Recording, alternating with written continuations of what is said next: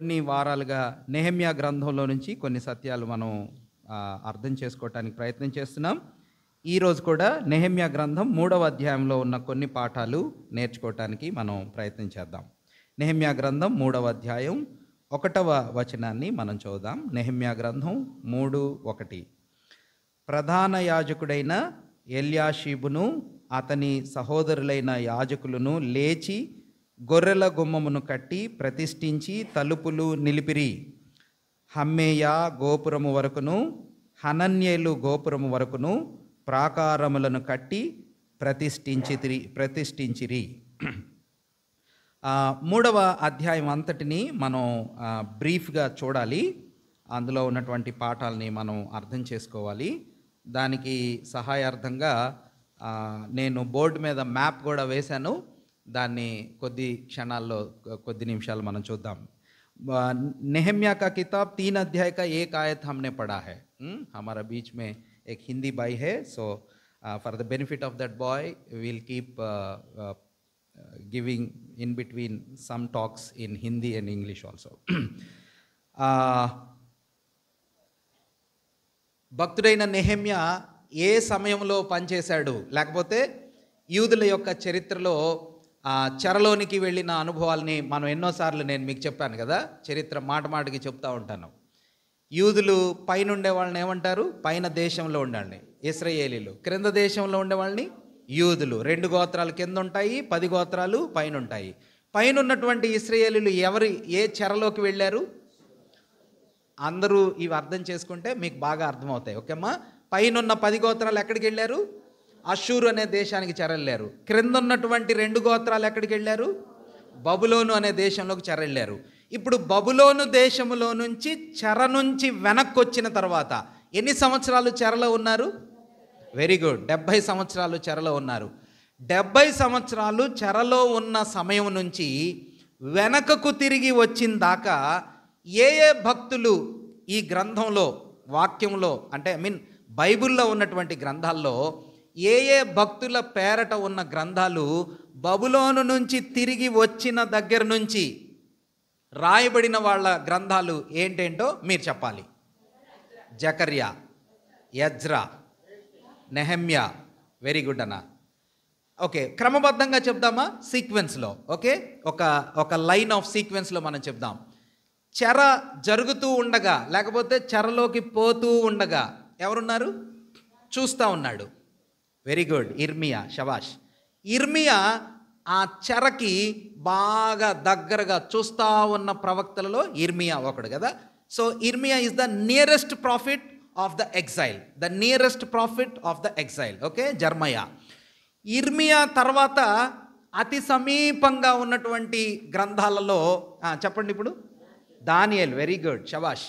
Daniel is the nearer book to the exile captives. అంటే ఇర్మియా తర్వాత దానియేలు దైవభక్తుడు ప్యాలెస్లో ఉన్నాడు కదా. ఎక్కడున్నాడు? ప్యాలెస్లో. ఎవరి ప్యాలెస్లో? ప్యాలెస్ అంటే రాజభవనంలో. ఎవరి రాజభవనంలో ఉన్నాడు? నెబుకద్నెజరు యొక్క రాజ ఆస్థానంలో ఎవరున్నారు? దానియేలు ఉన్నాడు. కాబట్టి దానియేలు గ్రంథం చెర జరిగిపోయిన తర్వాత 70 సంవత్సరాల పీరియడ్లో అక్కడ నెబుకద్నెజరు చక్రవర్తి ప్యాలెస్లో జరుగుతున్న ఈవెంట్స్ అని మనం గుర్తుపెట్టుకోవాలా. నెక్స్ట్ అన్న చెప్పాడు, దానియేలు గ్రంథం తర్వాత ఎహెజ్కేలు. Very good. ఎహెజ్కేలు ఎక్కడున్నాడు? ఎహెజ్కేలు కామన్ పీపుల్ మధ్యలో ఉన్నాడు. దానియేలేమో రాజభవనంలో ఉన్నాడు, ఎహెజ్కేలేమో కామన్ పీపుల్, మనలాంటి వాళ్ళ మధ్యలో ఉన్నాడు అన్నమాట. అంటే చెరలో ఉండగా బబులోను దేశంలో కేబారు నది పక్కన నగరాల్లో అక్కడిక్కడ మనుషులు మనలాంటి వాళ్ళు తిరుగుతూ ఉంటే వాళ్ళ మధ్యలో ఎహెజ్కేలు ఉన్నాడు కదా. 3 ప్రవక్తలు వచ్చారు కదా. మొదట ఆయన ఎవరు? ఇర్మియా. 2 ఆయన ఎవరు? దానియేలు. 3 ఎవరు? ఎహెజ్కేలు. వెరీ గుడ్, బాగా చెప్పారు. వీళ్ళ తర్వాత ఇప్పుడు వెరీ గుడ్, షబాష్. ఇప్పుడు ఎవరు వచ్చారంటే చెర అయిపోయిందని గ్రహించగానే వెనక్కి వచ్చిన బ్యాచ్లో ఫస్ట్ ఎవరు వచ్చారని చెప్పుకున్నాం? జెరుబ్బాబేలు వచ్చాడు. జెరుబ్బాబేలుతో పాటుగా ఎవరు వచ్చారు? యెహోషువ వచ్చాడు. యెహోషువ ఎవరు? యాజకుడు. ఇవి చాలా సందర్భాల్లో నేను చెప్పాను. జెరుబ్బాబేలేమో రాజకుమారుడు, యెహోషువ ఏమో యాజకుడు. వీళ్ళిద్దరూ కలిసి వచ్చారు. వీళ్ళు వచ్చినప్పుడు మందిరం ప్రారంభించారు, ఆగిపోయింది. ఎక్కడికి వచ్చారు ఇంతకీ? వెనక్కి వచ్చారంటే యెరూషలేముకి వచ్చారు. ఎక్కడి నుంచి వచ్చారు? Very good. బబులోను చెర నుంచి యెరూషలేముకి వెనక్కి వచ్చినటువంటి ఫస్ట్ బ్యాచ్లో వాళ్ళ పేర్లు చెప్పండి. జెరుబ్బాబేలు, తర్వాత యెహోషువ. వీళ్ళిద్దరూ కలిసి వచ్చారు. వీళ్ళిద్దరూ కలిసి వచ్చి యెరూషలేములో మందిరానికి పునాది వేసి కట్టడం మొదలుపెట్టారు. గొడవ చేసి ఆ మందిరాన్ని ఆపేశారు. ఆ మందిరాన్ని ఆపేసినప్పుడే 16 సంవత్సరాలు ఆపేశారని మొన్న ఒక ఆయన వాక్యం చెప్పాడు. Very good. మనోహర్ అన్న అందులో నుంచి అద్భుతమైన సత్యాలు మనకి చెప్పారు. మంచిది. ఇప్పుడు ఈ మందిరం ఆగిపోయినప్పుడు, లేకపోతే మందిరాన్ని మళ్ళీ తిరిగి అలంకరణ చేయటానికి ఒక ఆయన వచ్చాడు, ఎజ్రా. ఏం పేరు? ఇప్పుడు చెప్పండి. జెరుబ్బాబేలు, యెహోషువ, వీళ్ళు ఒక టీము. వీళ్ళ వెనకొచ్చిన ఆయన ఎజ్రా. ఈ ముగ్గురు హిస్టరీ, జెరుబ్బాబేలు గురించి, యెహోషువ గురించి, ఎజ్రా గురించి, వీళ్ళ ముగ్గురిని కలిపి ఎవరి గ్రంథంలో మనం చూస్తాం? ఎజ్రా గ్రంథంలో చూస్తాం. ఇప్పుడు చెప్పండి సీక్వెన్స్. మొదట ఎవరు? ఇర్మియా గ్రంథం. గ్రంథాల పేర్లు: ఇర్మియా గ్రంథం, తర్వాత దానియేలు, తర్వాత యెహెజ్కేలు, తర్వాత ఎజ్రా గ్రంథం. ఎజ్రా గ్రంథంలో ఏంటన్నా ముగ్గురు టీం కనిపిస్తున్నారు కదా. ఎజ్రా గ్రంథంలో ఆ ముగ్గురు టీం ఎవరు? జెరుబ్బాబేలు, యెహోషువ, ఎజ్రా. వెరీ గుడ్, బాగా చెప్పారు. వీళ్ళు ముగ్గురు కలిసి మందిరం మీద ఫోకస్ పెట్టి పనిచేస్తున్నారు. ఎక్కడ ఫోకస్ పెట్టి? మందిరం మీద. ఇప్పుడు పట్టణం మీద ఫోకస్ పెట్టి పనిచేయటానికి ఎవరు వచ్చారు? వెరీ గుడ్, బాగా చెప్పారు. ఆ యెరూషలేమునకి బబులోను చెర నుంచి వెనక్కి వచ్చిన బ్యాచ్లో లాస్ట్లో వచ్చిన ఆయన ఏం పేరు? ఆయన పేరు నెహెమ్యా. ఈ నెహెమ్యా ఏం చేశాడంటే, ఏం చేశాడు? పట్టణాన్ని కట్టాడు. పట్టణాన్ని, ప్రాకారాల్ని కట్టాడు కదా. ఇప్పుడు ఈ మందిరం ఎజ్రా గ్రంథంలో ముగ్గురు పేర్లు చెప్పుకున్నాం కదా. ఎవరి పేర్లు? జెరుబ్బాబేలు, యెహోషువ, ఎజ్రా. వీళ్ళ ముగ్గురు కట్టేటప్పుడు ఆగిపోయిందని చెప్పానే. ఆగిపోయినప్పుడు ఈ వచ్చిన టీంలో ఇద్దరు ప్రవక్తలు సహాయం చేసి వీళ్ళు కట్టడంలో ఆపేశారు, కానీ కట్టడం ఆగిపోయింది. కానీ ఇంటింటికి వెళ్ళి అన్న రండి కడదాం అని దేవుని సేవకులు ఇద్దరు పనిచేశారు, ప్రవక్తలు వాళ్ళిద్దరు. Very good. హగ్గై, జకర్యా. వీళ్ళిద్దరిలో సీనియర్ ఎవరు? హగ్గై సీనియరా, జకర్యా సీనియరా? హగ్గై. ఎందుకని? జకర్యా వృద్ధుడు, హగ్గై వృద్ధుడు. జకర్యాని గురించి చెప్పేటప్పుడు ఆ జకర్యా గురించి ఈ యవ్వనుడితో ఇలాగు చెప్పు అని దూత చెప్పటాన్ని మనం చూస్తాం. ఈ యవ్వనుడితో ఇలాగ చెప్పు అంటే జకర్యా ఎలాంటోడు? యవ్వనస్తుడు. హగ్గై వృద్ధుడు, పెద్దవాడు. కాబట్టి జెరుబ్బాబేలు, యెహోషువ, ఎజ్రా వీళ్ళ ముగ్గురుతో కలిపి ఇంకొక ఇద్దరిని మనం జడ్జ్ చేయాలా? హగ్గైని. Very good. Haggai, Zakarya. So this 5 people అంటే ఎజ్రా గ్రంథం, జకర్యా గ్రంథం, హగ్గై గ్రంథం, ఈ 3 గ్రంథాల్లో 5 మంది కీ ప్లేయర్స్ మనకు కనిపిస్తున్నారన్నమాట. కన్ఫ్యూజన్గా ఉందా? లేదు. వెరీ గుడ్, శబాష్. కాబట్టి ఇప్పుడు మనకి ఎన్ని గ్రంథాలు వచ్చాయి? 5 గ్రంథాలు వచ్చాయి కదా. ఎజ్రా గ్రంథం వచ్చింది, జకర్యా గ్రంథం వచ్చింది, ఆ తర్వాత హగ్గై గ్రంథం వచ్చింది. ఈ 3 గ్రంథాలు వచ్చేసినాయి. ఇప్పుడు సీక్వెన్స్లో చెప్తారా? ఇర్మియా, దానియేలు, యెహెజ్కేలు, ఎజ్రా, నెహెమ్యా, ఆ తర్వాత జకర్యా, ఆ తర్వాత హగ్గై. ఓకే, వెరీ గుడ్, చాలా బాగా చెప్పారు. ఈ అన్నీ కూడా ఒకే సమయానికి చెందిన గ్రంథాలు. వీటితో పాటుగా ఈ వెనక్కొచ్చిన బ్యాచ్లో వీళ్ళందరూ కలిసి ఈ గ్రంథాలు రాశారు, ఈ పరిచర్య జరిగిందని ఈ గ్రంథాల్లో కనిపిస్తుంది. కానీ బబులోను చెరలోనే ఉండిపోయారు కొంతమంది, అక్కడి నుంచి వెనక్కి రాలా. బబులోను చెరలోనే ఉండిపోయారు, అక్కడి నుంచి వెనక్కి కొందరు రాలా. ఆ రాకుండా ఉండిపోయిన బ్యాచ్లో ఒక యంగ్ లేడీ అద్భుతమైన పరిచర్య చేసింది. ఎవరమ్మా? Very good. అంటే దానియేలు బబులోన్లోనే ఆయన ఈవెంట్స్ కూడా, ఆ తర్వాత దానియేలు తర్వాత యెహెజ్కేలు అక్కడ ఈవెంట్సే. ఎక్కడ ఈవెంట్స్? అక్కడంటే బబులోన్లో ఈవెంట్సే. ఇప్పుడు ఎస్తేరు కూడా ఎక్కడ ఈవెంట్స్? బబులోన్లో ఈవెంట్సే. సో దానియేలు, యెహెజ్కేలు, ఎస్తేరు వీళ్ళ ముగ్గురు చరిత్ర ఎక్కడ చరిత్ర అనమాట? బబులోన్లోనే చరిత్ర. ఆఖరిగా ఒక గ్రంథం ఉంది మిగిలిపోయి. ఏంటిదది? మలాకి. అందరూ వచ్చేసిన తర్వాత, జకర్యా హగ్గయిలు కూడా చనిపోయిన తర్వాత, నెహెమ్యా పనిచేస్తూ ఉన్నప్పుడు కొందరిని ప్రోత్సాహపరచటానికి, దేవుని వైపు త్రిప్పటానికి పరిచర్య చేసినటువంటి ఒక దైవ సేవకుడు ఎవరు? మలాకి. మలాకి యెరూషలేముకి వెనక్కి వచ్చినటువంటి బ్యాచ్లో ఆఖరిగా సేవ చేసినటువంటి దైవ సేవకుడు. ఏం పేరు ఆయన పేరు? మలాకి. వెరీ గుడ్, చాలా అద్భుతంగా చెప్పారు. ఈ గ్రంథాలు సాధారణంగా మనం తక్కువగా చదివే గ్రంథాలు కాబట్టి వాటి సమయం, వాటి సందర్భం, వాటి నేపథ్యం ఎలా ఉంటుందో మనకు కొంతమేరకు అర్థమైతే అవి చదివేటప్పుడు చాలా ఇంట్రెస్ట్ వస్తుంది, అవి చదివేటప్పుడు అర్థమవుతుంది. అప్పుడు అందులో ఉన్న ఆత్మీయమైన పాఠాలు మనం నేర్చుకోగలుగుతాం. గ్రంథాల పేర్లు చెప్తారా ఇప్పుడు సీక్వెన్స్లో? 1 ఇర్మియా, 2 దానియేలు, 3 యెహెజ్కేలు, 4 ఎజ్రా, 5 నెహెమ్యా, 6 జకర్యా, 7 హగ్గై, 8 మలాకి, 9 ఎస్తేరు. Very good. ఈ 9 గ్రంథాలు ఒకే కాల సమయానికి సంబంధించినటువంటి గ్రంథాలు అని మీ మనసులో గుర్తుపెట్టుకోండి. వీటిని ఏమంటామంటే రీబిల్డర్స్ ఆర్ రెస్టోరింగ్ పీపుల్ అంటారు. రెస్టోరేషన్ అంటే వెరీ గుడ్, శబాష్. పునరుద్ధరించబడిన సమయంలో, సారీ अपना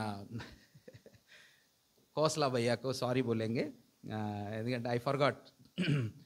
However, these all prophets' names, as we have been mentioning, all these prophets were the people belong to the period of restoration. They were the people who came back from the exile. They were the people who came back from the Babylonian captivity and did the ministry in the place of Jerusalem. So all those people whom we have mentioned, Jeremiah, Ezekiel, Daniel, and then Ezra, the book of Nehemiah, and then the book of Zechariah, the book of Haggai, the book of Malachi, and finally the book of Esther. All these 9 books were written or speaking about the contextual events that are pertaining to the people after the restoration from the exile of Babylon. Okay? This is what we have been discussing. And now, వీటిని మనం ఏమంటామంటే పునరుద్ధరించబడినటువంటి సమయంలో రాయబడిన గ్రంథాలు.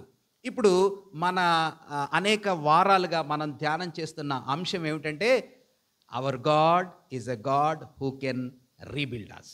మనల్ని తిరిగి కట్టే దేవుడు, మనల్ని తిరిగి నిర్మించే దేవుడు. ఎలాంటి పరిస్థితికి మనం దిగజారినా, ఎంత తీవ్రమైన ఘోరమైన పరిస్థితికి మనం పతనమైనా, మన కుటుంబమైనా, మన ఆత్మీయ జీవితమైనా, శారీరకమైన ఆరోగ్యాలైనా, ఆర్థిక సంబంధమైన అవసరతలైనా, నిన్న చెల్లి అని నాతో మాట్లాడుతూ ఇలా చెప్పింది, దేవుడు కూడా మార్చలేడమ్మా అనిపిస్తుంది మనకి. నిజమే, మనకు అనిపిస్తుంది. ఎవరినైనా మార్చాలి అంటే ఈ వ్యక్తి జీవితం పునరుద్ధరించబడిద్దా, ఈ పరిస్థితిలో నుంచి నేను తిరిగి లేవనెత్తబడగలుగుతానా, ఈ ఘోరమైన తీవ్రమైన అనుభవాల్లో నుంచి నా జీవితం మళ్ళీ మామూలుగా తిరిగి రెస్టోర్ చేయబడతానా? మీకేమనిపిస్తుంది? ఈడు మారడన్నా, లేకపోతే నా బతికి ఇంతేనన్నా, ఇంకా నా జీవితం ఇంతేనా? లేదు, అది మనకు అనిపిస్తుంది. కానీ నెహెమ్యా గ్రంథం, దానియేలు గ్రంథం, ఎజ్రా గ్రంథం, హబక్కుకు గ్రంథం, ఈ గ్రంథాలన్నీ చూస్తూ ఉంటే ఎస్తేరు గ్రంథం ఏమనిపిస్తుంది అంటే దేవుడు ఎట్లాంటి పరిస్థితినైనా, ఎంత పతనమైన ఘోరమైన అధోపాతాళంలో ఉన్న పరిస్థితినైనా దేవుడు ఏం చేస్తాడు? తిరిగి కడతాడు. He can rebuild us, he can reequip us, he can raise us back, he can restore our peace. ఎంత పతన అవస్థలో ఉన్నా కానీ ఆయన తిరిగి మన జీవితాల్ని ఏం చేస్తాడు? బాగు చేస్తాడు. అది మన ఈ సంవత్సర థీమ్. 2025 మన థీమ్ ఏంటి? మన అంశం ఏమిటి?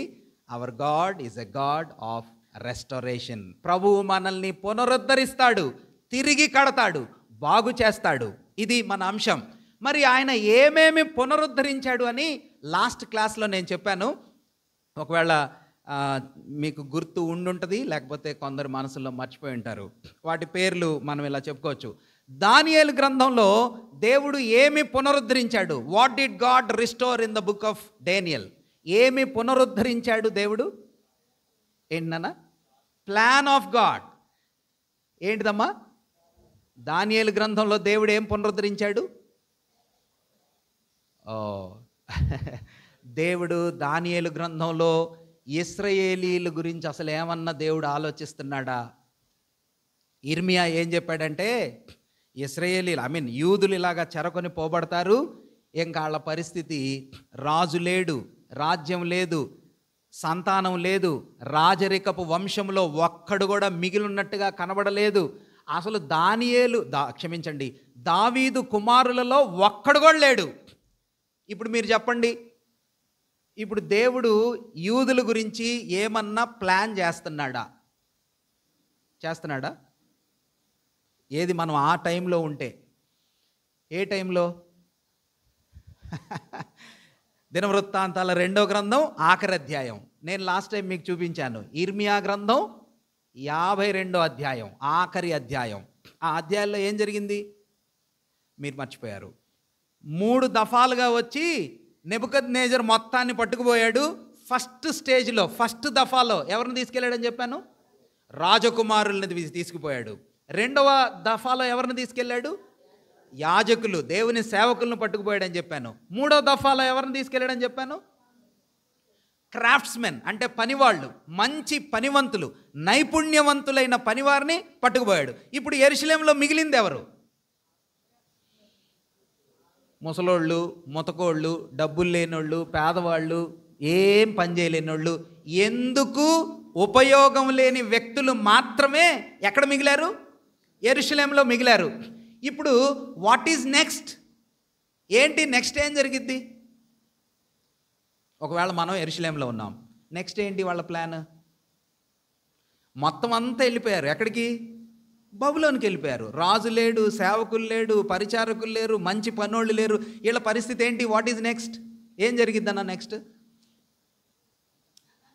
మామూలుగా అయితే మనకు అట్లా అనిపించింది, కానీ దానియేలు గ్రంథం ఏం చెప్తుందంటే 70 వారాల చరిత్ర. ఏంటిదమ్మా? 70 వారాల చరిత్ర. దానియేలుకి దేవుడు ఏం చెప్పాడు? దానియేలు, నా ప్రజలైన యూదుల్ని నేను మర్చిపోలేదు. I have a plan for them. ఏంటిదయ్యా నీ ప్లాన్ అంటే, 70 వారాల చరిత్ర చెప్పి, ఇదిగో ఈ సమయాలు, ఈ పరిస్థితుల్లో ఒక రాజు వస్తాడు, ఆజ్ఞ ఇస్తాడు, మందిరం కట్టబడిద్ది. ఆ తర్వాత 62 వారాల తర్వాత మెస్సియా వస్తాడు, ఆయన నిర్మూలన చేయబడతాడు. ఆ తర్వాత 1 వారం మిగిలి ఉంటుంది. దేవుడు మధ్యలో చాలా పెద్ద గ్యాప్ పెట్టాడు. అది దానియేలుకు కూడా చెప్పలేదు. దాన్నే ఏమంటారు?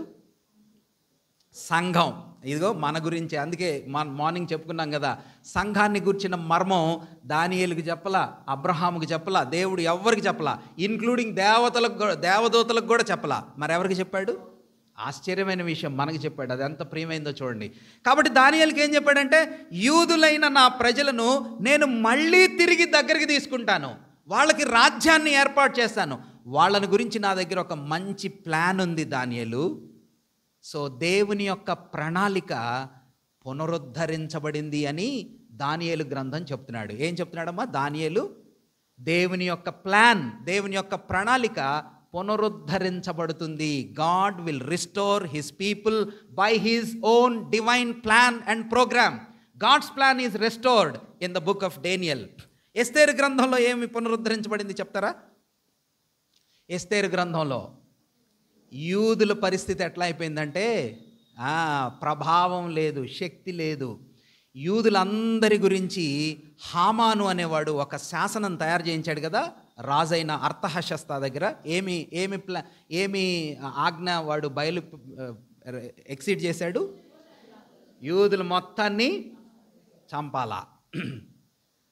13వ తారీఖున పలానా నెలలో మొత్తాన్ని అందరినీ చంపాలన్నాడు. మరి చంపాడా? చంపకుండా ఉండటానికి యూదుల దగ్గర ఏమన్నా శక్తి ఉందా?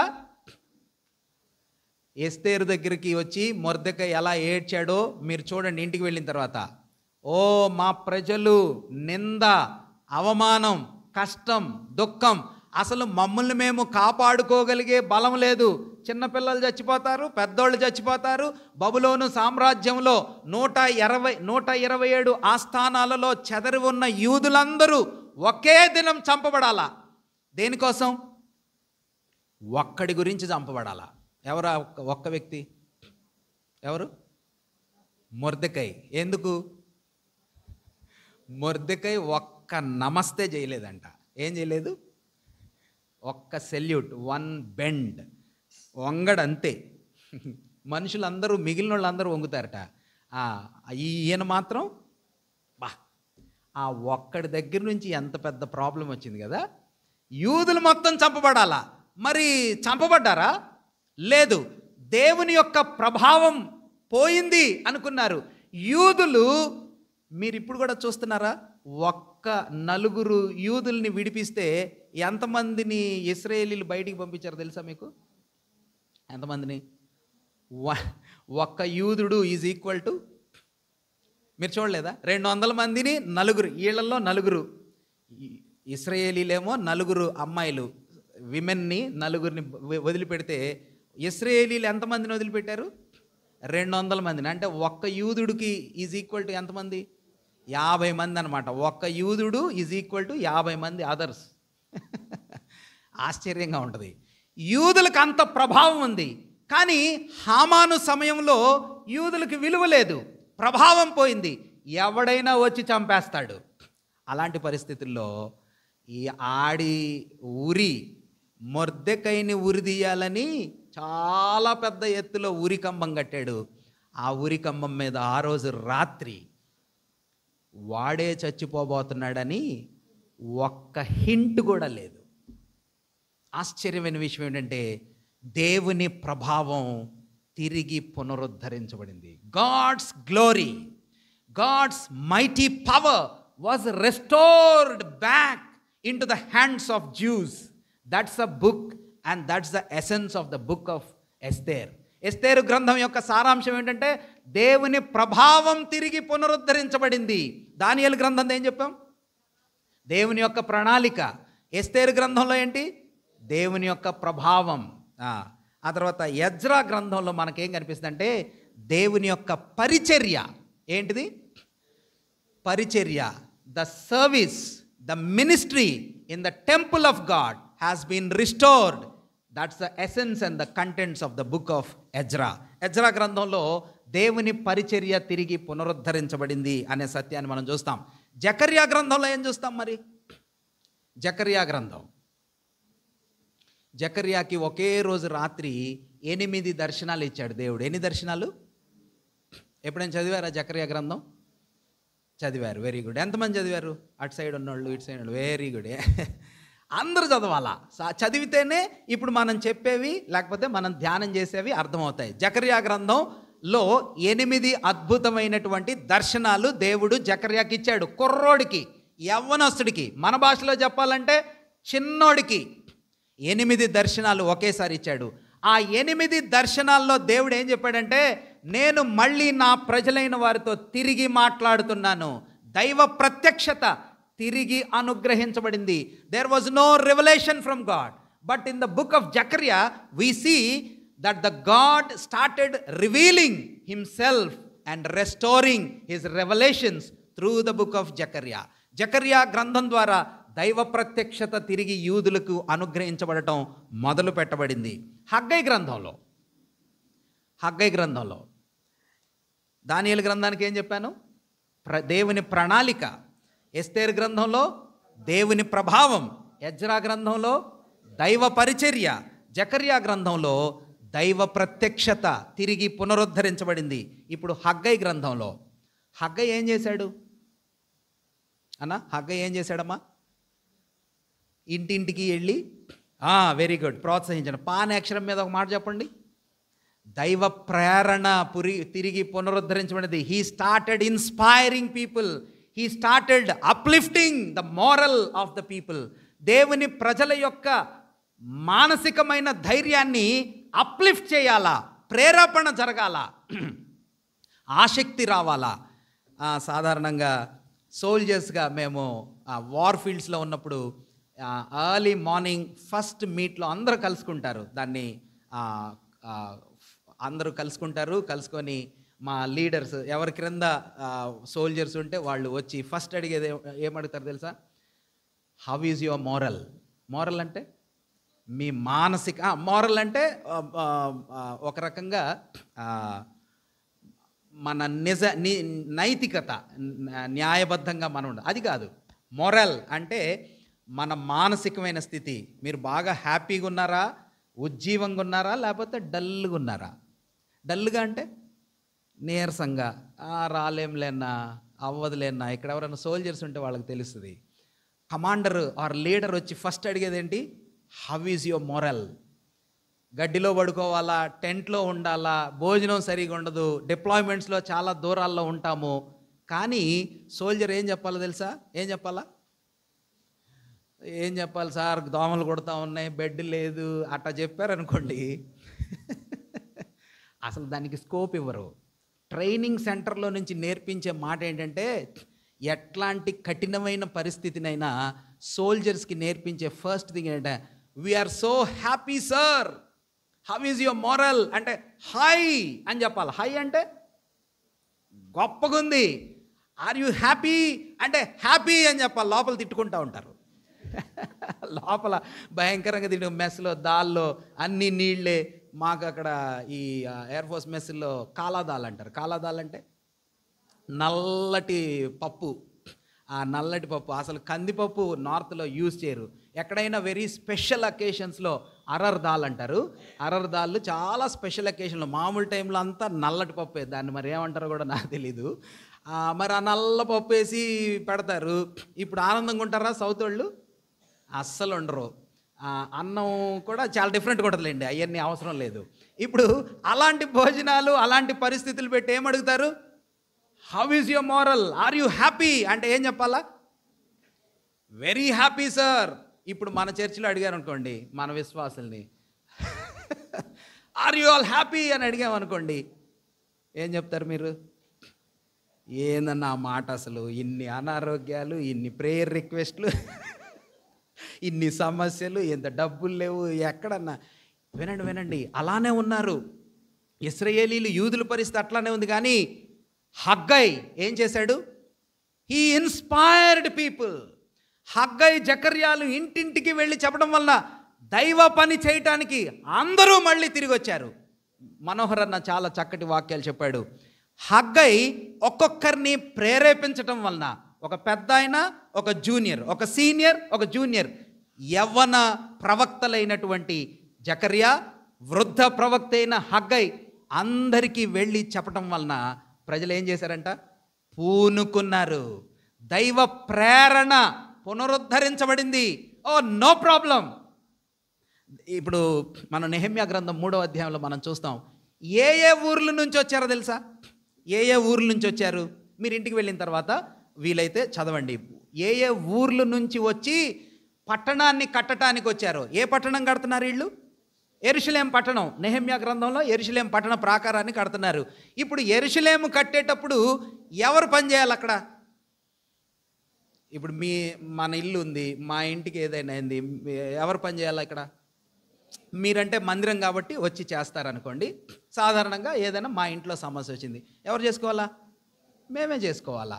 ఇప్పుడు ఎక్కడి నుంచో మీరు ఆర్టీసీ కాలనీ నుంచో, లేకపోతే ఎక్కడో లక్ష్మీపురం నుంచి వచ్చే మీరు మా కోసం పనిచేశారనుకోండి మా ఇంట్లో, అప్పుడు వాళ్ళని ఏమంటారు? It's a big thing. ఎందుకు వచ్చారో చాలా సహాయం అది. వినండి, మిస్పా నుంచి వచ్చారు. ఎక్కడికి? యెరూషలేంకి. తెకోవా అనే ఊరు నుంచి వచ్చారు. మీరు ఇంటికి వెళ్ళిన తర్వాత ఇప్పుడు ఇవన్నీ ఎక్కడ ఉన్నాయో అన్న ఏమేం చెప్పాడు? మిస్పా, తెకోవా. ఆ తర్వాత ఇంకొక స్థలాల పేర్లు మనం అక్కడ చూస్తాం. తెకోవా నుంచి వచ్చారు, మిస్పా నుంచి వచ్చారు, గిబియా 7వ వచనంలో, 3వ అధ్యాయం 7వ వచనంలో గిబియా నుంచి వచ్చారు, గిబియోను నుంచి వచ్చారు. అమ్మ, ఇవన్నీ దగ్గర ప్లేస్లా, దూరం ప్లేస్లా? దూర స్థలాలు. గిబియోను కొంచెం దూరంగా ఉంటుంది, తెకోవా కొంచెం దూరంగా ఉంటుంది, మిస్పా కొంచెం దూరంగా ఉంటుంది. ఈ స్థలాలన్నిటి నుంచి అందరూ వచ్చి యెరూషలేములో ఈ ప్రాకారాన్ని కడుతున్నారు. వీళ్ళకేమొచ్చిద్ది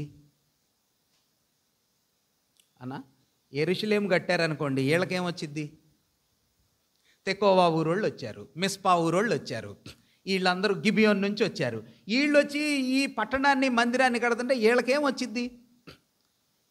ఏం రాదు వీళ్ళకి. కేవలం దేవుని పని చేయాలి అనే ఉత్సాహం, ఉద్రేకం, ఆసక్తి తప్ప వీళ్ళని వాళ్ళ ఇళ్ళు వదిలిపెట్టి, వాళ్ళ ప్రాంతాలు వదిలిపెట్టి, వాళ్ళ వ్యాపారాలు వదిలిపెట్టి. 3వ అధ్యాయంలో ఎట్లాంటి వాళ్ళు వచ్చారో తెలుసా మీకు? ఏ పనులు, ఏ ఉద్యోగాలు చేసుకునే వాళ్ళు వచ్చారో తెలుసా? బంగారపు పని చేసేవాళ్ళు వచ్చారు. చూడండి, మీకు చూపిస్తాను. 3వ అధ్యాయం 8వ వచనం చూడండి. నెహెమ్యా గ్రంథం 3:8. ఎవరంటనా? బంగారపు పని చేసేవాళ్ళు వచ్చారు. ఆ తర్వాత ఔషధ జ్ఞాని అంటే హేమరాజ్ తమ్ముళ్ళు లాంటి వాడు అనమాట. ఔషధ జ్ఞాని అంటే మన ఇప్పుడున్న భాషలో ఏం చెప్పాలా? Doctors, nurses, medical staff. ఆ తర్వాత పైన బంగారపు పని అంటే కంసాలి వాళ్ళు. చాలా ఆ రోజుల్లో బంగారపు పని చేసేవాళ్ళు అంటే ప్రముఖులు. ఇంకా ఎవరు వచ్చారంట? 32వ వచనం చూడండి. 32 మా ఆఖరి మాట. బంగారపు పని వారు వర్తకులు అంటే బిజినెస్ పీపుల్, జాబ్ హోల్డర్స్. ఆ తర్వాత 3వ అధ్యాయం 1వ వచనం. 3వ అధ్యాయం 1వ వచనం. ప్రధాన యాజకుడు అంటే ఏం చేస్తాడక్క ఆయన? ప్రధాన యాజకుడు, యాజకులు. మీరు వీటిని చూడండి, మన భాషలో చెప్పండి. ప్రధాన యాజకుడు అంటే ఏం పని చేస్తాడు? దైవ సేవకులు వచ్చారు, బంగారం పని చేసేవాళ్ళు వచ్చారు, ఆ తర్వాత బిజినెస్ పని చేసేవాళ్ళు వచ్చారు, మెడికల్ స్టాఫ్ వచ్చారు. ఇంకొక మంచి సంఘటన మీకు చూపిస్తాను. 13వ వచనం, 12 ఆఖరి మాట చూడండి. 3వ అధ్యాయం 12వ వచనంలో ఆఖరి మాట. షల్లూమును అతని సిస్టర్స్ వచ్చారు. ఆ తర్వాత 12వ వచనం మధ్య భాగం చూడండి. 3వ అధ్యాయం 12వ వచనం. వారిని ఆనుకొని యెరూషలేములో ఎవరంట ఆయన? సగమునకు అధిపతి. యెరూషలేము పట్టణం యొక్క సగభాగానికి ఎవరంట ఆయన? మళ్ళీ 19 చాలామంది ఉన్నారు. 17 మధ్య భాగంలో చూడండి. 17 మధ్య భాగంలో సగభాగమునకు, కెయిలా యొక్క సగభాగమునకు అధిపతి వచ్చాడు. ఆ తర్వాత అసలు మామూలుగా ఫుల్ అధిపతులు కూడా వచ్చారు కదా, ఫుల్ అధికారులు కూడా వచ్చారు. 7వ అట్లా మనం చూస్తాం. 14వ వచనం చూడండి. 3:14. సో ప్రదేశమునకు అధిపతి అయిన రేకాబు కుమారులు. ఇప్పుడు మీరు చెప్పండి, ఎవరెవరు వచ్చారు? 1 అధిపతులు వచ్చారు, 2 సగం అధిపతులు వచ్చారు, 3 ప్రధాన యాజకులు వచ్చారు, యాజకులు వచ్చారు, తర్వాత బంగారప్పనోళ్ళు వచ్చారు, ఔషధ జ్ఞానులు వచ్చారు, ఇంకెవరు వచ్చారు? వర్తకులు వచ్చారు, మనలాంటి వాళ్ళు వచ్చారు. వీళ్ళందరూ వచ్చారు. దేని వలన వచ్చారు? Yes, very good. ఒక ఆయన వెళ్ళి చెప్తున్నాడట, అయ్యా ఇది దేవుని పనిరా, మన మందిరం కూలిపోయింది, నింద, అవమానం, మనందరం చాలా ఇన్సల్ట్గా ఉన్నాం. దేవుని మందిరం కట్టబడిందంటే దేవుడు మళ్ళీ మనల్ని పైకి లేపుతాడరా. ఎవరు చెప్పారు ఈ మాట? ఎజ్రా, క్షమించండి, హగ్గై, జకర్యాలు. దైవ ప్రేరేపణ తిరిగి పునరుద్ధరించబడింది. మన మందిరాల్లో కూడా, ఈనేటి క్రైస్తవ కుటుంబాలలో కూడా ఎవరు కావాలి? People who inspire us, people who drive us, people who uplift us. Our moral is so low nowadays. ఏమని చెప్తామంటే, ప్రార్థన కూడిక చాలా డల్ అండి, విజ్ఞాపన కూడిక చాలా డల్ అండి, వెళ్ళొచ్చులేండి సార్, ఏం వెళ్తాంలేండి. అమ్మ వినండి, somebody needs to inspire us, somebody needs to uplift us. దేవుని సన్నిధిలో వీళ్ళందరూ మరి బంగారప్పనోడు 52 రోజులు పనిచేయాల. ఎక్కడ? నెహెమ్యాతో కలిసి ఈ ప్రాకారాన్ని కట్టేటప్పుడు ఎన్ని రోజుల్లో కట్టారు వాళ్ళు? 52 రోజుల్లో కట్టారు. 52 రోజులు దుకాణం డౌన్, షట్టర్ డౌన్. మరి చెప్పండి, వీడికి లాభమా నష్టమా? But is working. దేవుని ప్రేరణ, దేవుని యొక్క ఆత్మ ద్వారా ఈ బిడ్డలు ప్రోత్సాహపరచబడ్డారు, పురికొల్పబడ్డారు. దేవుని పిల్లల జీవితాల్లో ఈ ఉదయకాల సమయంలో క్రైస్తవ ప్రపంచంలో కొరత పడింది ఏంటంటే పురికొల్పు కదా, ప్రేరణ. లోకంలో అందరూ ఎర చూపించి పురికొల్పుతున్నారు కదా, రండ్రా అంటే అందరూ వస్తున్నారు. చాలా పెద్ద ప్రోత్సాహం జరుగుతుంది. ఒక్క వ్యక్తి ప్రపంచాన్ని, దేశాలని ప్రేరణ చేస్తున్నాడు, ఇన్ఫ్లుయెన్స్ చేస్తున్నాడు. క్రైస్తవులు మాత్రం ప్రేరణ తొలగిపోయింది. పర్వాలేదు, దేవుడు దాన్ని తిరిగి కట్టగలడు. అది హగ్గై గ్రంథం యొక్క సారాంశం. ఇప్పుడు చెప్తారా, దానియేలు ఏం చేశాడు? ఏమి తిరిగి పునరుద్ధరించబడింది దానియేలు గ్రంథంలో? దేవుని యొక్క ప్రణాళిక. ఎస్తేరు గ్రంథంలో ఆయన ప్రభావం, ఎజ్రా గ్రంథంలో ఆయన పరిచర్య, జకర్యా గ్రంథంలో ఆయన ప్రత్యక్షత, హగ్గై గ్రంథంలో దైవ ప్రేరణ, మలాకీ గ్రంథం. ఇప్పుడు మనం నెహెమ్యా గ్రంథంలో ఉన్నాం కదా, నెహెమ్యా గ్రంథంలో దేవుడు ఏమి తిరిగి కట్టాడు అంటే ఆయన పరిపాలన తిరిగి కట్టిన అనుభవాలని మనం చూస్తాం. మలాకీ గ్రంథంలో పద్ధతులు ఏంటి అన్నమాట? పద్ధతులు అంటే there are some systems in the children, in the lives of God's children. There are some patterns, there are some systems that are to be restored back into the lives of God's children. Okay, Malachi, the book of Malachi contextually speaks of God's children and the requirement of their restoration in the pattern of godly living. దేవుని బిడ్డలుగా ప్రభు కోసం జీవించే పద్ధతి విధానంలో కుటుంబం ఎలా ఉండాలో, ఆరాధన ఎలా ఉండాలో, దేవుని పిల్లల సహవాసం ఎలా ఉండాలో, ఆ పద్ధతులు తిరిగి పునరుద్ధరించబడాలి అని హెచ్చరిక చేస్తున్నటువంటి దైవ సేవకుడు మలాకీగా మనం చూడగలం. మంచిది. ఈ ఉదయకాల సమయంలో బోర్డు పెట్టినానా, 10 minutesలో ఉంది. ఈ ఉదయకాల సమయంలో నేను మీకు చాలా విషయాలు చెప్పాలనుకున్నాను, కానీ క్లుప్తంగా, క్విక్గా నెహెమ్యా గ్రంథంలో 3వ అధ్యాయంలో మనం చూసాం. ప్రధాన యాజకుడు అయిన ఎల్యాషీబు, అతని సహోదరులైన యాజకులు లేచి గొర్రెల గుమ్మమును కట్టి ప్రతిష్ఠించి తలుపులు నిలిపిరి. హమ్మేయా గోపురము వరకును హనన్యేలు గోపురం వరకును ప్రాకారమును కట్టి ఏం చేశారు? ప్రతిష్ఠించిరి. ఇంతకీ యెరూషలేము పట్టణాన్ని ఎందుకు వీళ్ళు కట్టారు? That is the first question. ఎందుకు కట్టారు? పాడైపోయింది కాబట్టి. ఇంకా పాడైపోతే 70 years, 70 సంవత్సరాలు పాడైపోయింది, వదిలేయచ్చు కదా. సింగిల్ వర్డ్ ఆన్సర్స్లో నేను చెప్తాను, సమయం కొరతగా ఉంది కాబట్టి మీరు మనసులో గుర్తుపెట్టుకోండి.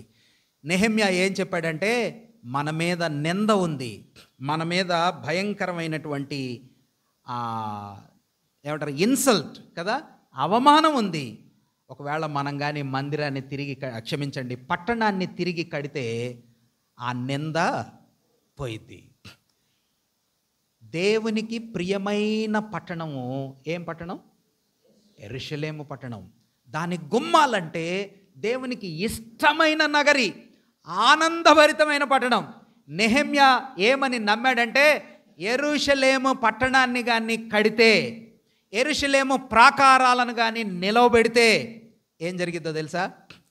దేవునికి మహిమ వచ్చింది. ఏమొచ్చింది?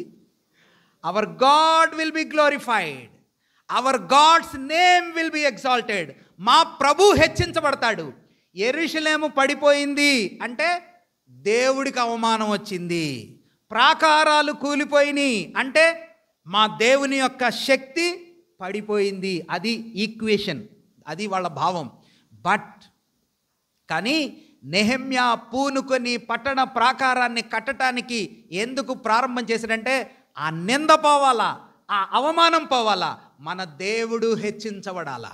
ప్రియమైన దేవుని పిల్లరా, నాకు అనిపిస్తుంది మీటింగ్లో సహోదరులు సహోదరులు అందరూ కలిసి చేసిన పరిచర్య, నెహెమ్యా కట్టిన గోడలు ప్రాకారాలు ఒకటేలాగున్నాయి అనిపిస్తుంది.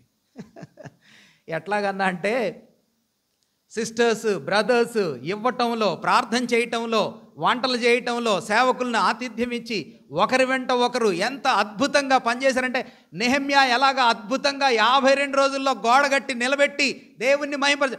మీరు కానీ సిస్టర్స్ని, బ్రదర్స్ని, దేవుని పని చేసే వాళ్ళని ఎవరినైనా అడిగారనుకోండి, అన్న మీరు ఎంత పని ఎందుకు చేశారు, సిస్టర్ మీరు ఎంత పని ఎందుకు చేశారు, బ్రదర్ మీరు ఎంత పని ఎందుకు చేశారు, మీరెప్పుడు చేయలేదు కదా, ఓడవలేదు కదా, తొడవలేదు కదా, గరిటె పట్టుకోలేదు కదా, మీరెప్పుడు మరి ఇలాంటి చిన్న చిన్న పనులు చేయలేదు కదా, మీరు ఎందుకు చేశారు, కూరగాయలు ఎందుకు కట్ చేశారు, అంట్లు ఎందుకు తోమారు, ఎందుకు తోమారమ్మా, ఎందుకు చేశారు? అన్న మమ్మల్ని అప్రిషియేట్ చేయాలా, లేకపోతే మా కాలర్ పెరగాలా, లేకపోతే మమ్మల్ని అందరూ చూసి ఏమనాలా, బాగా చేశారు. వినండి, ఒకవేళ ఆ దృష్టితో చేసుంటే మనం ఎంత పని చేసి ఉండేవాళ్ళం కాదు. ఎవ్వరూ చెప్పకుండానే, ఎవ్వరూ ఇన్స్ట్రక్ట్ చేయకుండానే ఎవరికి వారుగా ఈ పని ఎందుకు చేశారంటే, our God should be exalted.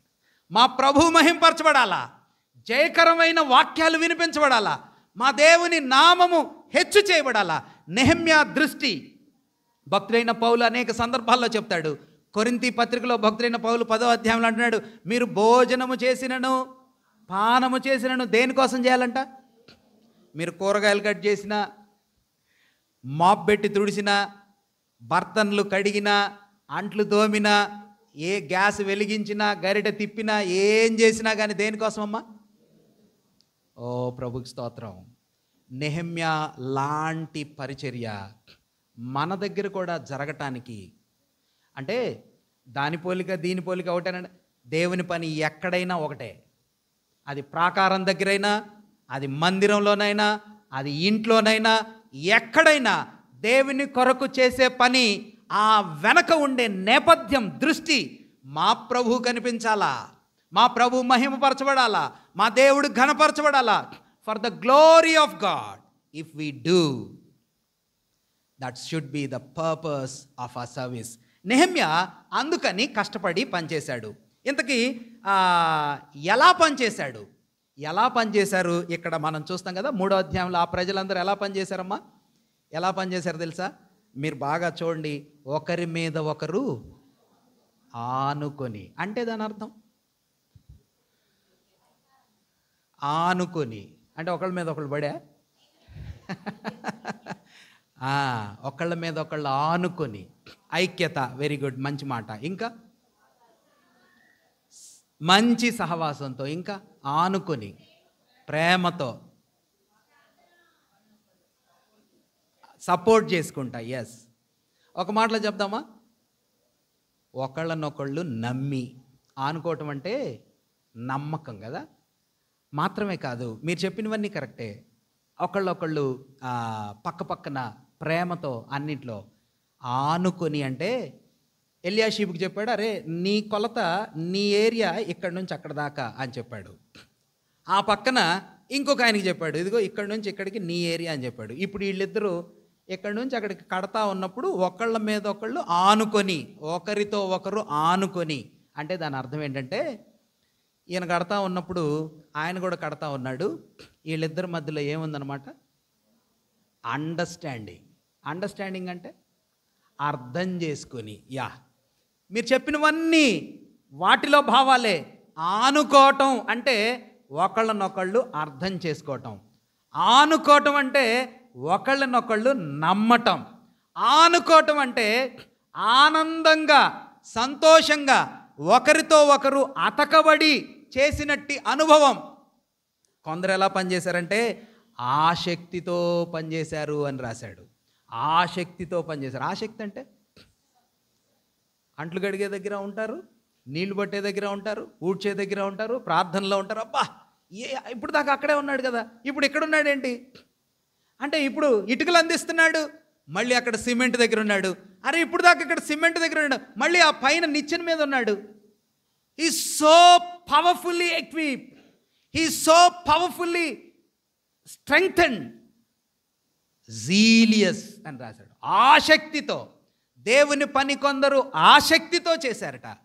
దేనికోసం చేశారంటే, కింద ఆయన సగం చేసి ఆగిపోగానే అన్న నువ్వు ఆగిపోయావా, సరే పర్వాలేదులే, నేను అందిస్తారా తట్టలు, నేను అందిస్తారా సిమెంట్.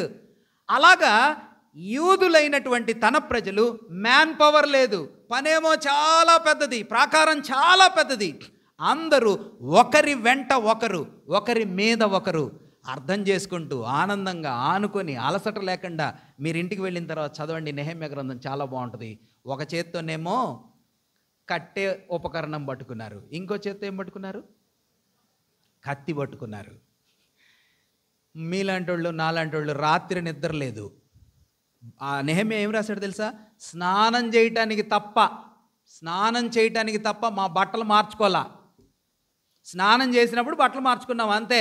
మిగిలిన టైంలో సోల్జర్స్ డ్రెస్ వేసుకొని ఒక చేత్తో టాపీ మేస్త్రి పని టాపీ పట్టుకొని ఇంకొక చేత్తో కత్తి పట్టుకొని రాత్రింబగళ్ళు పహారా కాస్తూ, కెన్ వి డూ దాట్? ఆసక్తితో ఎలా పనిచేశారంటే ఆనుకొని ఆనందంగా ఆసక్తిగా.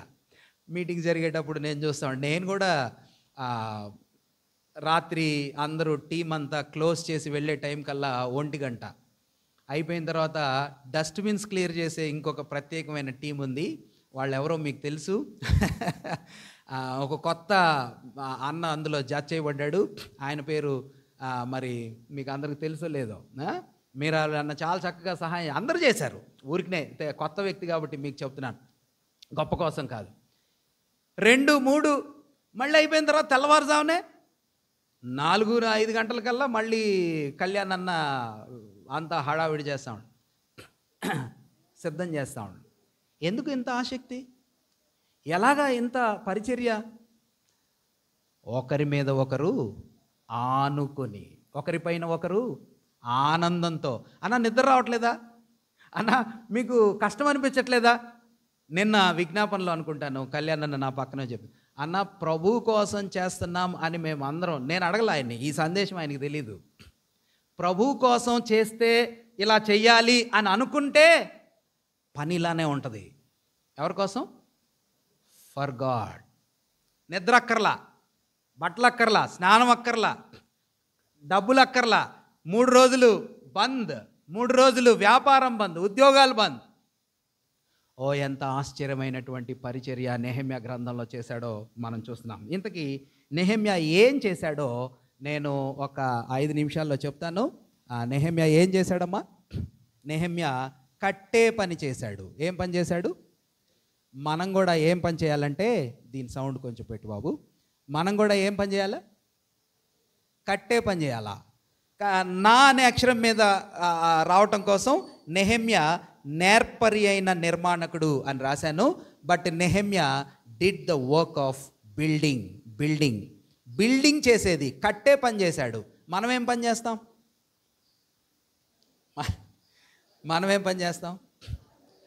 బాగా చెప్పారు, దానికి ఆపోజిట్ పని చేస్తాం కదా. ఏంటిదా పని? ఒక వ్యక్తి కడతా ఉంటే ఇంకొక వ్యక్తి ఏం చేస్తాడు? కూలుస్తూ ఉంటాడు కదా. దేవుని మాటలు నెహెమ్యా గురించి నెహెమ్యా గ్రంథంలో ప్రజలు ఏం చేశారంట? Nehemiah is trying to build the work of the lord. దేవుని పని కడుతున్నాడు. కూల్చేసే పని శత్రువులు చేస్తారు. కుటుంబాన్నైనా, ఆత్మీయమైన జీవితాన్నైనా, సంఘాన్నైనా, దేనినైనా కూల్చే పని ఎవరు చేస్తారమ్మా? Please remember that. మీరు కూల్చే పనిలో పాలిభాగస్తులుగా ఉండకుండా ఉండటానికి చూసుకోండి. నేను ఎప్పుడూ ప్రార్థన చేస్తాను, ప్రభువా అంకుల్ సుధాకర్ గారిని, ఆంటీని మీరు బలపరిచి ఈ పని చాలా చక్కగా చేశారు. వారి గురించి నేను ఏ స్థలానికి వెళ్ళినా, చాలా 100 మందిని కలిసినా వాళ్ళందరూ ఏం చెప్తారంటే, మీ మామయ్య గారు చాలా అద్భుతమైన పని చేశారండి, చాలా గొప్పగా పని చేశారండి. నాకు అనిపిస్తుంది, ప్రభువా ఆయన చేసిన పని డ్యామేజ్ కాకుండా, క్రిందకి పోకుండా, మా వలన అది కిందకి వెళ్ళిపోయిందండి, తగ్గిపోయిందండి, మీరు పాడు చేశారండి అని చెప్పకుండా, ఒకవేళ సాధ్యమైతే అక్కడికే ఉంచు. ఒకవేళ మా వలన నీ కృప తోడుగా ఉంటే ఇంకా కొంచెం పెరిగిందన్నట్టుగా చేయి. We should be the helpers of building the God's work. దేవుని పని కట్టబడటంలో మనం పాలిభాగస్థులం అవ్వాలా. ఏ సంఘానికి వెళ్ళినా, ఏ కుటుంబానికి వెళ్ళినా, ఎక్కడికి వెళ్ళినా, let us be the supporters of building the temple of God. Let us not be the destroyers of God's work. దేవుని పని కోల్చబడటానికి, పాడు చేయబడటానికి, గోడ కోల్చబడటానికి ఎందుకు ఇలా చేస్తున్నారు, ఎందుకు అలా చేస్తున్నారు, ఇది కరెక్ట్గా కోల్చటానికి మనం ప్రయత్నం చేయొద్దు, పాడు చేయటానికి మనం ప్రయత్నం చేయొద్దు. దేవుని పని మన జీవితాల ద్వారా, మన చేతుల ద్వారా ఏం కావాలి? Please remember that we should be the helpers of building the lifes of people. Nehemiah did that work. ఏమేం కట్టాడో మరి ఇప్పుడు నేను చెప్పలేను అనుకుంటాను. నెహెమ్యా ఎలాగా 10 గుమ్మాలని కట్టాడు. ఎన్ని గుమ్మాలను కట్టాడు? యెరూషలేముకి ఎన్ని గుమ్మాలు ఉంటాయి? 12 ఉంటాయి. కానీ 12 గుమ్మాల్లో నెహెమ్యా గ్రంథంలో 10 గుమ్మాల పేర్లు చాలా క్లియర్గా రాయబడ్డాయి. 2 గుమ్మాల పేర్లను స్పష్టంగా రాయలేదు. ఆ 2 గుమ్మాల పేర్లు ఇక్కడ నేను కూడా రాయలేదు. ఆ 2 గుమ్మాల పేర్లు నేను చెప్తాను. ఎఫ్రయీము గుమ్మం ఒకటి, ఆ తర్వాత బందీ గృహపు గుమ్మం, అంటే చెరసాల గుమ్మం అంటారు దాన్ని. ఆ 2 గుమ్మాల పేర్లు రాయబడలేదు. ప్రాబబ్లీ అవి ఎక్కువ డ్యామేజ్ కాలేదేమో. మొత్తానికి నెహెమ్యా కలిసి, వాళ్ళ టీం అంతా కలిసి పరిచర్య చేసి కట్టినటువంటి ప్రాకారపు గుమ్మాలలో ఎన్ని గుమ్మాలు ఉన్నాయి? 10 గుమ్మాలు ఉన్నాయి. వాటి పేర్లు చెప్పి నేను క్లోజ్ చేస్తాను. ఒకటి గొర్రె గుమ్మం, చెప్పండి. ఇంగ్లీష్లో ద షీప్ గేట్ అంటారు దాన్ని. ఏమంటారు? గొర్రె గుమ్మం. ఇక్కడ ఉంటుంది. ఇదిగోండి మీకు డైరెక్షన్స్ రాశాను. ఇది నార్త్, ఇది నార్త్, ఇది సౌత్, ఇది వెస్ట్ అవుతుంది, ఇది ఈస్ట్ అవుతుంది. అంటే ఇదేమో పశ్చిమం, ఇదేమో తూర్పు, అదేమో ఉత్తరం, ఇదేమో దక్షిణం. ఇలా ఉంటుంది. అంటే మీరు ఇశ్రాయేల్ మ్యాప్ చూస్తే ఇది ఇట్లా ఉల్టా ఉంటుంది అనమాట. సరే, అది నేను ఇప్పుడు మీకు అర్థమయ్యేలా చెప్పలేనులేండి, ఊరికి మీరు గుర్తుపెట్టుకోండి. ఓకే, నంబర్ 1 ఫస్ట్ గేట్ 3వ అధ్యాయంలో గొర్రె గుమ్మం రిపేర్ చేశాడు. ఏం గుమ్మం? Sheep gate. నంబర్ 2 చేప గుమ్మం లేకపోతే మత్స్యపు గుమ్మం అని రాయబడింది. 2వ గేట్. 2వ గుమ్మం ఏంటిది? చేప గుమ్మం. గుర్తుపెట్టుకోండి. ఒకటేంటి? గొర్రె గుమ్మం. 2 ఏంటి? చేప గుమ్మం. 3 పాత గుమ్మం, ఓల్డ్ గేట్. ఓల్డ్ గేట్ అంటారు, పాత గుమ్మం. 3వ గుమ్మం పేరేంటి? పాత గుమ్మాన్ని రిపేర్ చేశాడు. 5వ, నేను నంబర్స్ కూడా వేసాను మీకు ఈజీగా గుర్తుండ. 1 2 3 4. 4వ గుమ్మం పేరు లోయ గుమ్మం. లోయ గుమ్మం. లోయ గుమ్మాన్ని ఇంగ్లీష్లో ఏమంటారు చెప్పండి?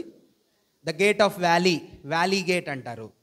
5వది యాక్చువల్గా ఇది తెలుగులో మనకి పెంట గుమ్మం అని రాయబడింది. అంటే చెత్త గుమ్మం అని మన భాషలో చెప్పుకోవచ్చు. ఏంటిది? డస్ట్బిన్ అన్నమాట. ఇది ఇక్కడ సిటీలో ఉండే డస్ట్, వేస్ట్, మున్సిపాలిటీ చెత్త అంతా ఎక్కడ తీసుకొస్తారు? ఈ గుమ్మంలో నుంచి తీసుకెళ్ళి ఇక్కడ బెన్ హిన్నోమ్ అనే లోయ ఉంటుంది. ఏముంటుంది? బెన్ హిన్నోమ్ అనే లోయ. ఆ లోయ అంతా ఏంటంటే చెత్త చెదారము, వేస్ట్, డిస్పోజల్స్ అవన్నీ పడేసే స్థలం అనమాట. మనష్షే అనే ఒక దుష్టుడైన రాజు ఉన్నాడు కదా, వాడు చిన్నపిల్లల్ని ఏం చేసేవాడు? చిన్నపిల్లల్ని ఏం చేసేవాడు? బలిచ్చేవాడు. వాడి సొంత కొడుకునే బలిచ్చాడు. ఎక్కడ? బెన్ హిన్నోమ్ అనే లోయ దగ్గర. అది పెంట దిమ్మం దగ్గర, లేకపోతే చెత్త వేసే ఆ గుమ్మపు దగ్గర ఉంటుందన్నమాట. అది బెన్ హిన్నోమ్ అనే లోయ ఆ స్థలం. ఇర్మియాకు కూడా దేవుడు ఈ లోయ దగ్గరికి పంపించి అనేకమైన దర్శనాలు చెప్పటాన్ని మనం చూస్తాం. కాబట్టి మీరు ఇది గుర్తుపెట్టుకోండి. చెత్త గుమ్మం అని చెప్పుకోవచ్చు, లేకపోతే మన బైబిల్ భాషలో నెహెమ్యా గ్రంథంలో పెంట గుమ్మం అని రాయబడింది.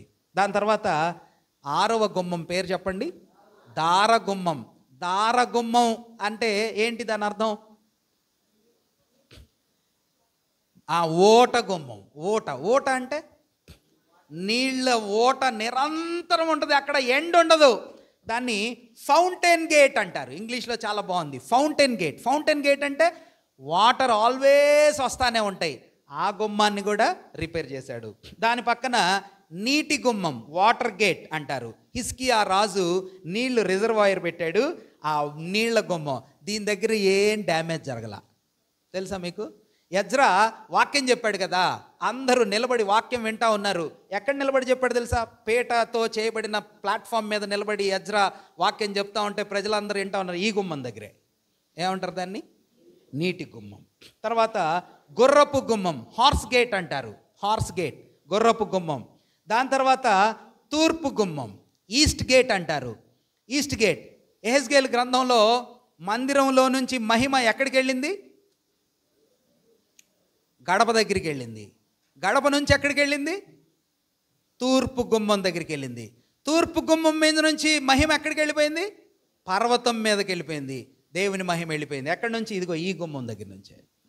వినండి వినండి, ప్రభు మళ్ళీ తిరిగి వస్తాడు కదా. ఎప్పుడు? యూదుల కోసం. ఏ గుమ్మంలోంచి వస్తాడో తెలుసా? ఇదే. ఎందుకు? మహిమ ఎక్కడి నుంచి వెళ్ళిపోయింది? ఫస్ట్ మందిరంలో నుంచి గడప, గడప దగ్గర నుంచి గుమ్మం. ఇదిగోండి, ఇది టెంపుల్.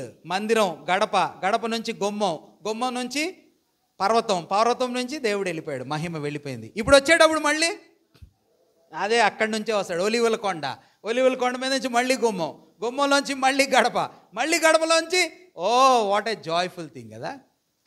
అదే ఈ గుమ్మం అన్నమాట. ఆఖరిగా మిక్పాదు అని రాశారు 31వ వచనంలో, 3వ అధ్యాయం 31లో మిక్పాదు. దాన్ని హెబ్రీ పేరు రాశారు. కానీ ఆ గుమ్మం యొక్క అర్థం ఏంటంటే ఇన్స్పెక్షన్ గేట్ అంటారు. ఇన్స్పెక్షన్ గేట్ అంటే పరిశీలించే గుమ్మం. చూడండి, నేను చెప్పిన మాట ఉందో లేదో. మిక్పాదు 31. అతని ఆనుకొని నెతనీయుల స్థలమునకు మిక్పాదు ద్వారమునకు, మిక్పాదు అని రాశారు. కానీ దాన్ని ఏమంటారంటే ఇన్స్పెక్షన్ గేట్ అంటారు. అది గొర్రె గుమ్మానికి మళ్ళీ కనెక్ట్ చేసేటటువంటి గుమ్మం. ప్రభు చిత్తమైతే వాటిలో ఉన్న ఆత్మీయమైన అర్థాలు కూడా నేను బ్లాక్ కలర్లో రాశాను. వాటి వివరాలు ఇప్పుడు మనం మొదలు పెడితే జస్టిఫై చేయలేము. ప్రభు చిత్తమైతే ముందున్న దినాల్లో వాటిని మనం ధ్యానం చేద్దాం. ఒక్క మాట గుర్తుపెట్టుకోండి, దేవుడు మనల్ని తిరిగి కడతాడు. మన జీవితాలు కూడా కట్టడంలో సహాయకులంగా ఉండినట్లుగా ప్రభు మన కుటుంబాల్ని, మన ఆత్మీయ జీవితాలని దీవించునుగాక. ప్రార్థన చేద్దాం. ప్రియమైన తండ్రి, మీకు స్తోత్రాలు. ఎలాంటి పరిస్థితులనైనా మీరు కట్టే దేవుడువు, తిరిగి నిర్మాణం చేసే దేవుడువు. కూలిపోయిన వాటిని, పడిపోయిన వాటిని, కాల్చబడిన వాటిని, నిరాశామయంగా ఉన్న జీవితాలను మీరు తిరిగి బాగు చేయ సమర్థుడైన దేవుడువు. అలాగా చాలా అవసరతలు మా జీవితంలో ఉన్నాయి. వాటన్నిటినీ తిరిగి నిర్మాణం చేయండి. నేర్చుకున్న పాఠాలు మా హృదయంలో ఫలింపచేయండి. విశేషంగా పెద్దలు, మీ దాసులు ప్రభువా, మరి నాగరాజు అంకుల్ మరి ట్రీట్మెంట్కి వెళ్ళాలి. మీరు సహాయంగా ఉండండి, తోడుగా ఉండండి, ఆరోగ్య ప్రాప్తులుగా చేయండి. నాయన దీవెనలతో, ఆరోగ్యంతో, సంతోషంతో తిరిగి రావడానికి సహాయం చేయండి. ప్రభా ఆంటీ గారిని బట్టి మీకు వందనాలు. మరొక క్రొత్త సంవత్సరాన్ని మీరు జత చేసినందుకై మీకు స్తోత్రాలు. ఆనందంగా, ఆరోగ్యంగా, సంతోషంగా మిమ్మల్ని వెంబడించడానికి మీ కృప తోడుగా ఉంచండి. ఇలాగన మా అవసరతలన్నీ తీర్చండి. మధ్యాహ్నపు వేళ సుందరి అక్క గారి భూస్థాపన కార్యక్రమం కూడా చక్కగా జరగటంలో, మీకు మహిమకరంగా జరగటంలో మీరు సహాయం చేయమని మా జీవితాలు మీ చేతులకు అప్పగించుకుంటూ మీ మాటలు మాలో ఫలింపచేయమని అడుగుతూ యేసు ప్రభు వారి అద్వితీయమైన నామంలో స్తుతించి ప్రార్థించి వేడుకుంటున్నాం పరమ తండ్రి.